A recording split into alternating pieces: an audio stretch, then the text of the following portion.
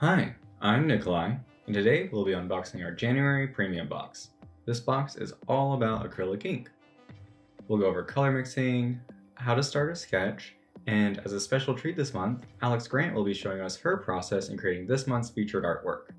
Stay tuned for that at the end of the video, and let's get into it. Our canvas this month is a custom cotton pad from Magnami. This stiff, absorbent paper is great for wet media and has a bit of tooth to it. Our brush is a Dynasty Dagger. This unique brush tip offers a lot of versatility. To extend the life of your brush, hold on to the plastic guard so you can dry the brush point down. This will help to keep water from building up in the barrel. The first ink in this month's box is a Holbein Acrylic Ink in Naphthalene Red Light. Let's use it to test out our dagger brush. You'll notice right away that this brush lends itself to large dynamic lines, but by adjusting our hand position, we can also get thin hatching marks. Using the brush at a low angle can create these little petal marks that would be great for floral illustration, or it can do large sweeping marks, which would be great to block in chunks of hair. Our next two inks are the Speedball Calligraphy ink in Primrose Yellow and Indigo Blue. These pigment-packed inks are great for color mixing, so let's grab our plastic palette included in this month's box and mix our color families.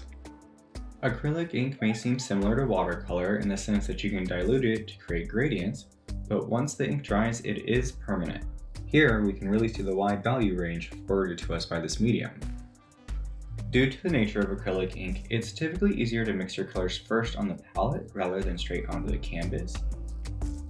Here, I'll mix our secondary colors as we're working with a full primary set.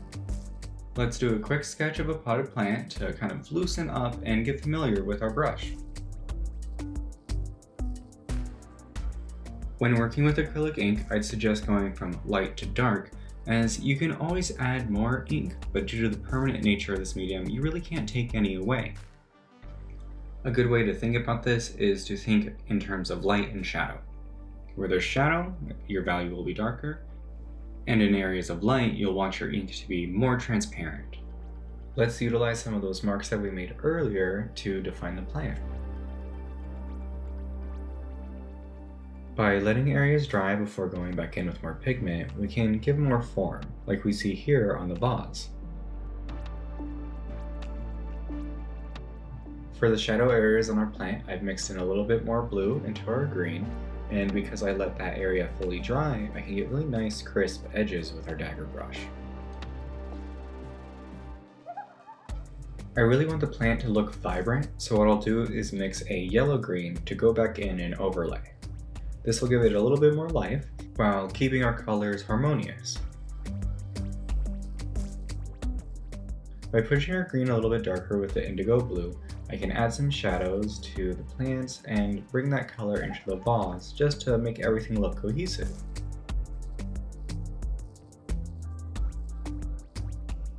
The next item in our box can help push our sketch even further. The Chisel Tip Staedtler pigment liner is great for both thin and thick lines, and the tip acts similarly to this month's brush. In the tip in a light hand, you can get very thin lines, or hold the pen vertically to get thick, bold lines. By holding the pen at a consistent angle, you can achieve a lot of variance in your line weight. Let's use it to outline our plant and make our edges a little bit more distinct. This pen is a great tool to experiment with line weight. One of the ways that you can use line weight effectively is by adding a thicker line to anything that's cast in shadow. Here we see it demonstrated on the left side of our potted plant. Let's add some extra details just for fun. Now that we've done a bit of a warm-up, let's grab the last item in our box, the Caran d'Arche Graphite Pencil in 3H, and use it to continue our conversation about guides that we started last month. If you're interested in depicting people, I always suggest having a good understanding of anatomy. So this month, let's focus on the human skull. We'll start by creating two overlapping ovals. One will depict the cranium or the top of the skull, and the other will depict the length of the face. Next, I'll create a wrapping line, which will combine our two shapes and give it a more three-dimensional look, using the center line as a reference point to make sure I'm placing my features evenly. We're simplifying the skull here, but definitely spend the time to look at reference photos if you're still learning.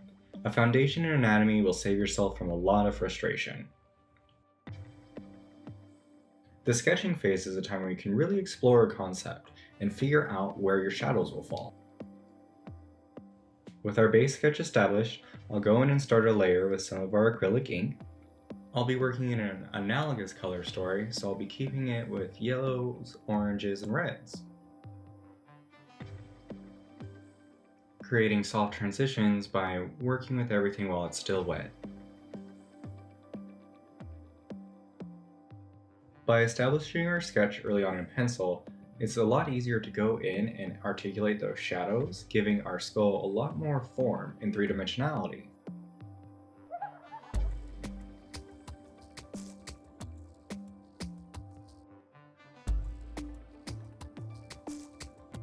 By letting my layers dry before going in with more pigment, I can make distinct brushstrokes and marks throughout the piece.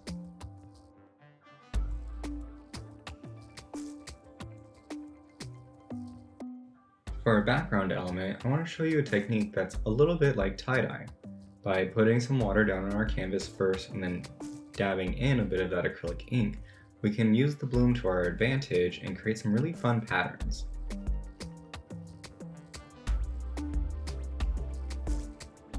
Try this technique with the indigo blue to create a galaxy pattern, or try incorporating it to make smooth gradients for a sunset.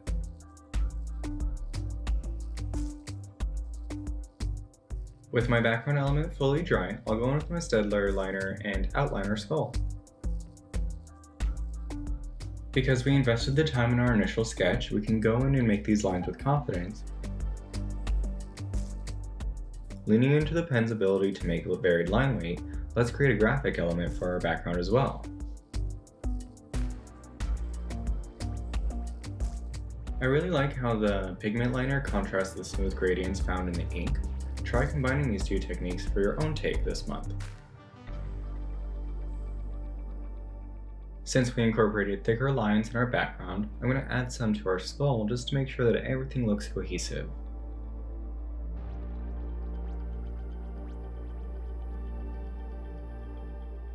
And with that, our piece is done.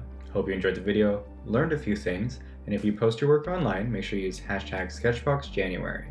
We love seeing what y'all create each month. Next up, Alex Garant will show us a little bit of her process in creating this month's featured artwork, and I'll see you next time.